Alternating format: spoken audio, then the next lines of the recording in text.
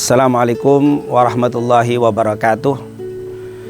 Banyak di antara kaum muslimin ketika mereka sedang pusing, sedang galau, sedang ada permasalahan, ada yang berlari misalkan mencari makanan yang mewah.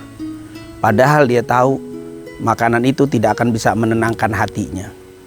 Bahkan ada juga ketika mereka sedang pusing, mereka berangkat ke tempat bioskop atau tontonan-tontonan yang menyejukkan matanya tetapi tidak bisa menyejukkan hatinya. Bahkan tidak sedikit juga di antara kaum muslimin ketika mereka mengalami kesumpekan hati, kegalauan hati, mereka mendengarkan musik-musik.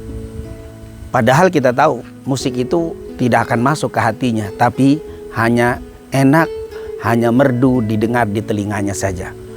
Bahkan ada juga ketika mereka mengalami kegalauan hati dan kesedihan, kesumpekan, mereka mencari permainan-permainan. Padahal permainan-permainan itu tidak akan bisa menenangkan hatinya. Lalu bagaimana seorang muslim muslimah ketika dirinya sedang galau, ketika dirinya sedang susah, ketika dirinya sedang sumpek, maka sudah diberikan resep langsung dari Allah Subhanahu wa taala. Sebagaimana dikatakan di dalam surat Ar-Ra'd, Allah Subhanahu wa taala berfirman, "Alladzina amanu wa tatma'innu qulubuhum bidzikrillah, ala bidzikrillah tatma'innul qulub." Dan orang-orang yang beriman itu tenang dengan berzikir kepada Allah. Bukankah dengan berzikir hati-hati akan menjadi tenang?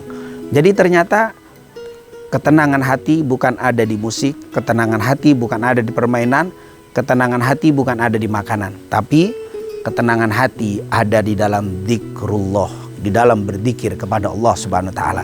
Oleh karena itu, janganlah kita jadikan zikir itu hanya ada di masjid-masjid kita.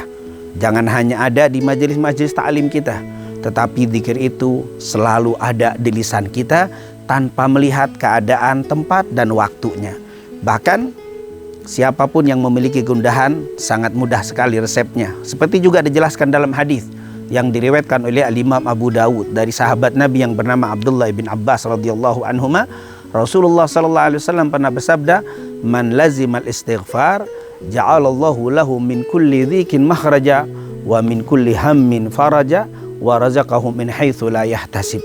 Siapa yang gundah hatinya, yang sempit hidupnya, dzikir adalah obatnya, istighfar adalah resepnya. Itu merupakan resep dari Rasulullah SAW. Dan yang terakhir, Rasulullah SAW membedakan antara orang yang suka berzikir dengan yang tidak berzikir.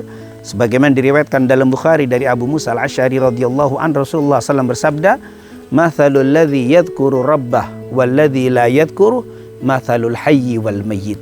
Perumpamaan orang yang suka berzikir kepada Allah dengan orang yang tidak berzikir, perumpamaan antara orang mati dan orang hidup. Semoga Allah jadikan kita semuanya sebagai orang-orang yang lisannya selalu berzikir kepada Allah, dan Allah catat kita sebagai orang-orang yang hidup.